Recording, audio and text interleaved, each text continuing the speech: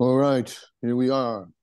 Gimel Adar Rishon. Yom Yom. Our wake-up call, at least my wake-up call. The Alter Rebbe said the following: the mitzvah of Avis Yisrael extends to anyone born into the people of Israel, even if you have never met him. How much more so does it extend to every member, man or woman, of the Jewish community where you live, who belongs to your own community? Pretty straightforward. Not so easy to do. I have a question now. It seems very odd because it seems to exclude the ger. Says anyone who's born into Israel, which is not, which is, there's so many times in Chumash that it mentions how we have to be loving towards the ger. It's just a point. I know. I hear just you. Sticks out. It sticks out to me. Okay. I don't think he means that, but I don't think so that's either. my opinion. Yeah. It can't be because it's contrary to Chumash. Good. So I agree. I agree with you. Yeah. For what it's worth. For what it's worth. I agree with you. Refuah Shleimus. Refuah Shleima B'Korev. El Karachel Basaliza, Baruch Ben Yamin Ben Rachel Blima, Yehudis Golda Bas Aliza Hana. And go ahead.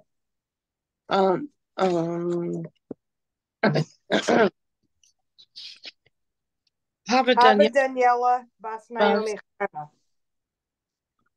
Refuah Shleima B'Korev. More? Okay. Continuing where we left off yesterday. Very short piece today.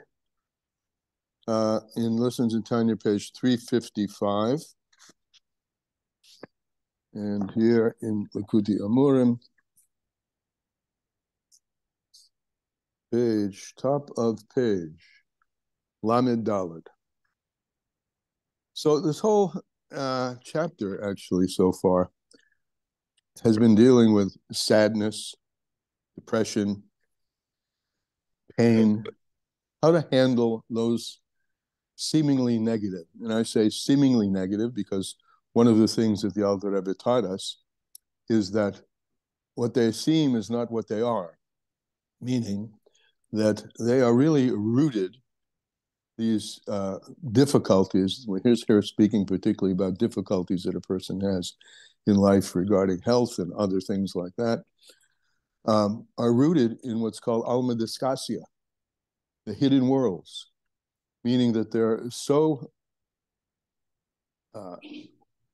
intense, those worlds, in terms of the revelation that's there, that revelation can't be given down here below because it would be too much for us. A mashal that's brought in Chassidus a lot is the idea of the atmosphere or the sun of necessity lessening the intensity of the light so that we down here on planet Earth can take it. And a meditation, if we were jotting down the various meditations that the Alter Rebbe is putting out for us to take a hold of, would be to think about the fact that this is really what he calls kirvas Elokim. It's coming from a level which is closer to the source of everything, these seemingly negative things. And if so, a person should be happy in his Yisurim, because these Yisurim are really ways in which Hashem is giving you an opportunity to come closer to him.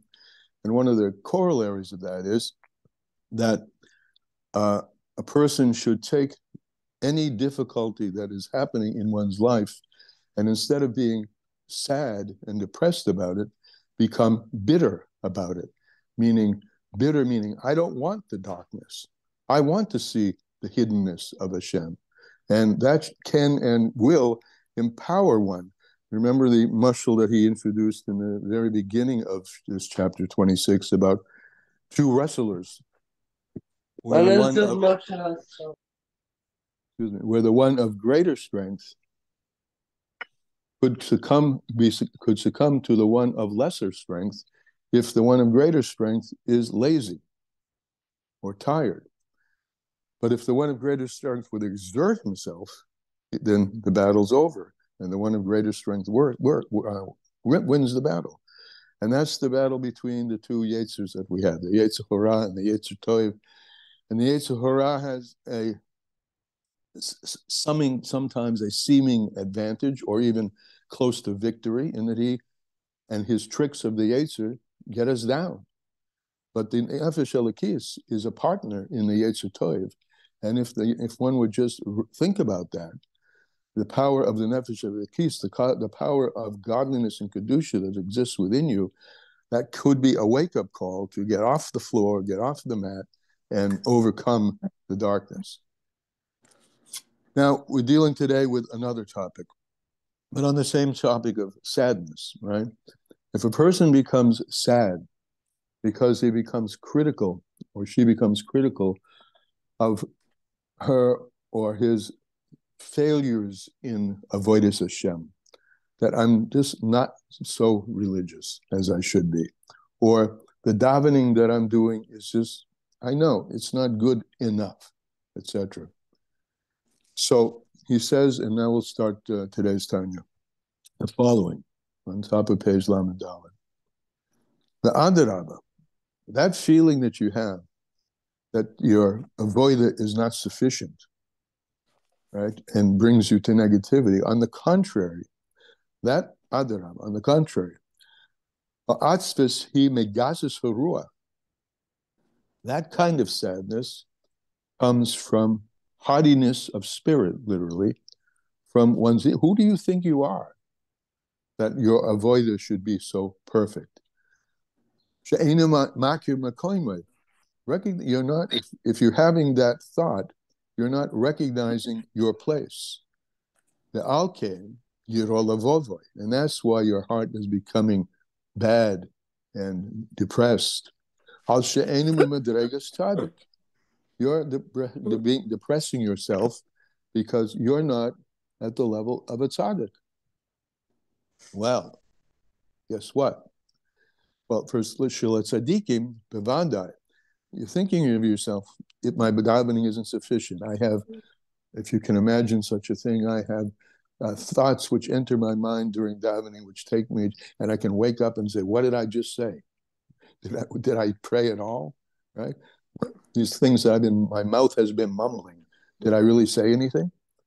So the notion that every word that you say in davening should be 100% centered, and you should be centered on it. Back in the Tanya, tzaddikim obviously don't have these problems. Royce, I think, could you put yourself on mute? Thank you. Tzaddikim, if you were a tzaddik, okay. If you were a tzaddik, you wouldn't have these problems. Yeah, but if you do, it's a sign back inside that you're not recognizing just and being honest with where you're holding. If you recognize the place where you're holding, that you're very far away from the level of a tzaddik. Come on, this is a book, an instruction book about being a Benoni, not becoming a tzaddik. A Benoni has thoughts which are opposite Hashem. Lola Hashem Hema, that's the expression in Hebrew, which are not for Hashem. A Benoni has those thoughts. And a Benoni is, his or her whole avodah is to deal with those thoughts so they don't possess him or her, but they will rise up in his or her brain. So take heart. This is the avodah that you've been given, which is the avodah of becoming a Benoni. And halavai Benoni. We wish that we should become Benoni. And the sign that we're Benonim is that we have these negative thoughts and we have to deal with them. So halavai Benoni v'lei Rasha. I mean, think about this. My davening isn't so so sincere or so centered, right? I'm distracted by other thoughts. But I'm davening. I'm not a Russia. I'm davening. And I'm trying to center my thoughts. I'm just using davening as an example. And I'm trying to center my thoughts. And that's exactly what the avodah of a Benoni is. As it says, Halavai Benoni v'le Rasha kol yomav. Halavai, you should be a Benoni and not a Rasha all your days. Afilu sha'achas, even for one moment. Harei zayis hu midas ha-Benonim. So this that you're going through, that we've been describing here, is the service of the Benonim, Vavedosam, and it's their work, their holy work, Lichvash harat hayetza, to conquer the Yetzirah, the Hakir ha'oil halev lamoya, and the negative ruminations and distracting thoughts that rise from the heart to the brain, and to remove completely your mind from these. This is the avoida. This is what you've been born to do this avoida every moment, hopefully not every moment, but every day of your life, to turn away your mind from these negative thoughts, and to push them out of your mind with two hands. That's the avodah of a Benoni, and halavai Benoni. And that's today's Tanya.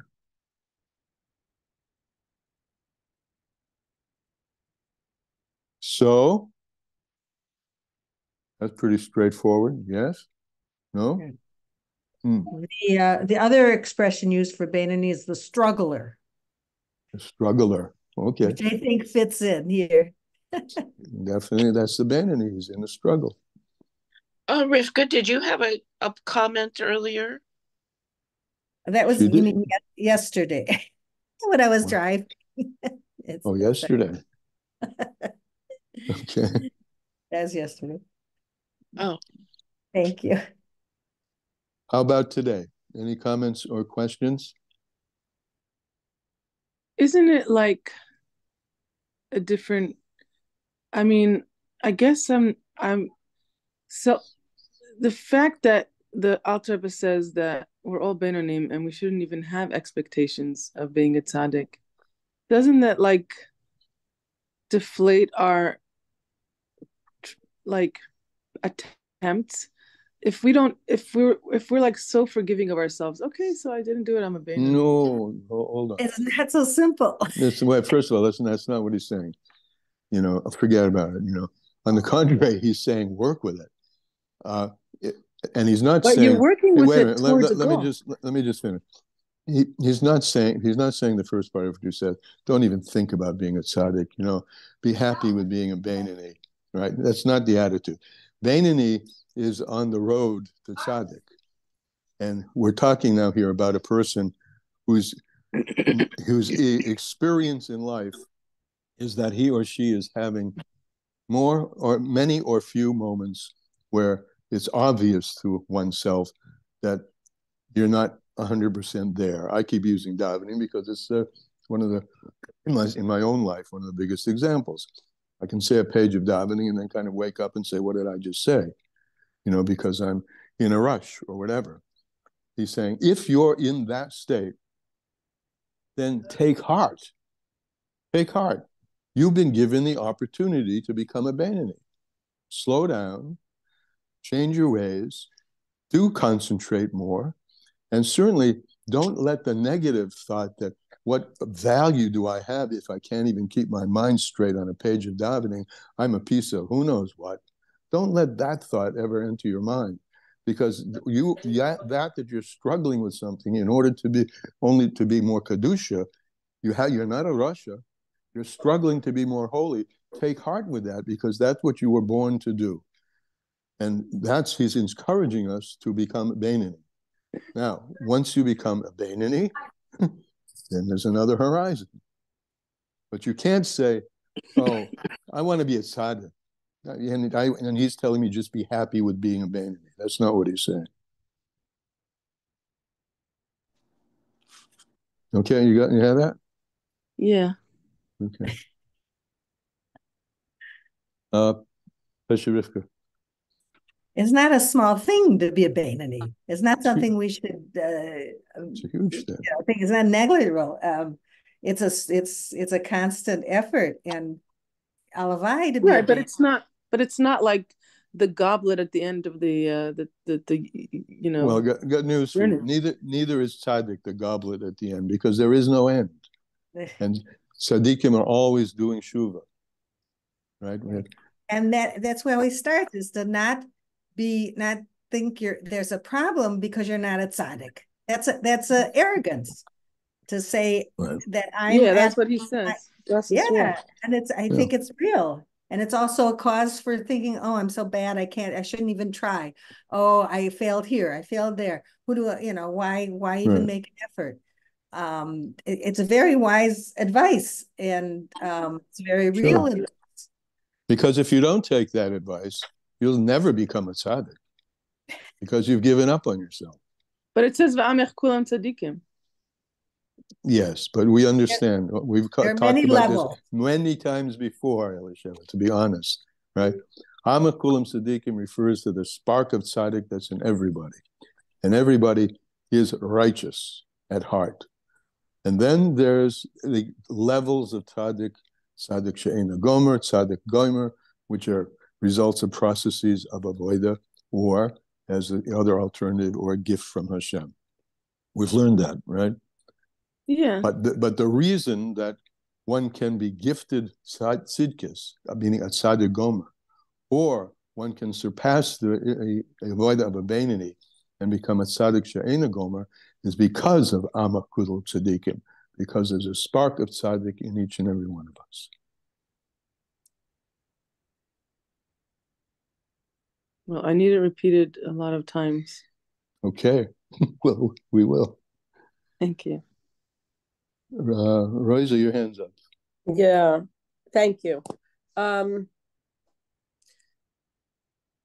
few things. One thing is that the Yetzer Hara tries to tell us to give up because we have had better days. Then when there's a day that are, like we had this great day. One second, it may not be that we've had better days. Maybe we haven't had better days. And that's a better reason for giving up. I can't seem to get anywhere, but I'm trying. Okay, so Rabbi Kamman, let's say that time that you were walking and the sun was setting and it was a Shabbos afternoon. Yeah. So you saw Elokus. But today I woke up and I really wanted to see a sunrise. And there just wasn't much. It's a cloudy day. A cloudy day. It just, they don't look so, a little slight glow. Yeah. So what I'm saying is that, like, we've been to the Kosel Hamaravi, or we've been to Cave Rachel, and we've had those elevated times, and we think, okay, I did this. Why do I have to do this again? Well, you know why you have to do it again, because you fell from there. Those were peak experiences. Those were peak experiences, and you obviously haven't. And I'm not speaking to you particularly. And one who has a peak experience and falls obviously isn't at the level of the peak experience, but it's a glimpse of what one could be, and that should become a driver for trying to become there more often. And that's the Benoni. That's the Benoni, exactly. Got that one. So we get upset because we don't ain't no makir makomo, and we say, like, what's wrong with me that I cannot sustain that closeness? Like, why can't I do that? So the Alter Rebbe says the reason you can't do that is because you're not a tzaddik. Yeah. Okay, so be honest with who you are. They are not a Russia, right? You are. What's the alternative? We've got only two extremes in the middle. We've got two levels of tzaddik on one hand, two levels of Russia on the other hand, and we have the in-betweener, as Rabbi Chaim Miller calls it. So be the in-betweener. And enjoy it. Yeah. Listen, wait, hold it. Let me give someone else a chance, okay? I just wanted to say that Miriam Swerdlaw says, just because you're not on the highest floor, don't put yourself in the basement. Good. Excellent word. Especially Rivka, you're back, I think, or you're not back. Yes, I am. I just want to say, I'll give you a little based on Manis Friedman wisdom, if you don't mind. Good. But it's something that stuck with me for all the years. When you're first, you're talking about peak experiences, right? And the new Baal Tshuva often can experience that because it's such an from one extreme to another, and it can be overwhelming. And on the other hand, this is really not the goal. We're really not the goal. The goal is a daily, steady, constant avodah. It's called avodah. It's not called I don't know, kabbanot. We're not going to burn up. We just have to work on a steady thing. So the expression was when it was like overwhelming. It says, "Don't worry, it will pass. Don't worry." It's not intended, and it shouldn't be that we're on this high constantly. That's from a different lifetime and different type of service. I hear you, and at the same time, one wants and one is encouraged throughout Tanya to serve God be'ava, to serve Hashem with love, and to serve Hashem b'yira, and the ultimate yira is awe. So not that those are the reason we do those things. On the contrary, the reason we do those things is, as you're kind of pointing out, often, which is good, the reason we do those things is because God commanded us to do those things. But they do have, I'm not going to use that word, pagan, they do have fruits that are associated with them, right? And they say the Karen, the Karen, the main, right? They would say this Mishnah every morning, right? That the Karen is in Olam Haba, but there are fruits, and the fruits are also very tasty. And one is encouraged to, as we talked about mitzvahs in the first part, mitzvahs without kavanah is like a body without a soul. Nevertheless, you're yotzi. But most of us, or many of my friends at least, don't want to just be yotzi. We do want to experience the ava and the yira. But this is kind of a paradox that if you focus on that, what you're calling the peak experience, then you're not going to have it. If you focus on putting yourself aside totally and doing what Hashem wants you to do because and only because He wants you to do that, then those experiences are available to you. They're beautiful. Yes, I 100% love those. And I'll just say, I'm just gonna add in the Chayenu, it says that actually, you know what, actually I was reading yesterday's takeaway, the takeaway being that when you are in this situation where you're thinking, oh, I'm not davening well enough, my mind is going from one thought to another, that actually you should be filled with joy. And I just think that's a good thing to remember in Adar, that that our joy should be increased.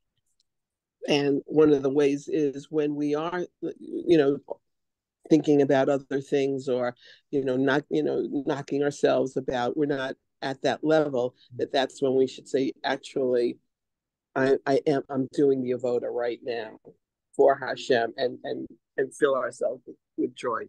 Just another way, maybe that's very beautiful. Simcha poretzes kol hagadorim, right? Simcha breaks through all the gadorim, all the limitations. And we said earlier, paraphrasing what the Alter Rebbe said a couple of days ago, that when there's a cloud of darkness, that cloud is there, number one, because the sun would be too bright, but we can push away that cloud. Simcha breaks through all darkness, and since that cloud is a manifestation of the hidden worlds, God is hiding Himself behind the cloud, we can reveal that. We can, with Simcha, we can push away the cloud and take the revelation and enjoy the revelation from the hidden worlds. And I think that's a huge behavior, right? To live, at least since we're in the month, and thank you very much for reminding us that we're in the month of Adar. Adar This has just struck me in one of the drushim of the word Adar. You break it into Aleph, Dar. Dar means to dwell, and Aleph is the Alufishal Olam, the one who is the master of all worlds. God is dwelling in this month. Now, he dwells in every month, right? In every time and place. But in Adar, Simcha allows us to push away the cloud which obscures and to actually see him and open up our eyes and actually have an experience of what's normally hidden. So thank you for that opportunity to say those things. So that's our bechein for today. To Ivdu es Hashem b'simcha uvetuv le'evov. And I think we're going to wind up on that. Okay? We'll see you tomorrow. Okay. Thank you. Bye. Thank you. Thank you. You got it.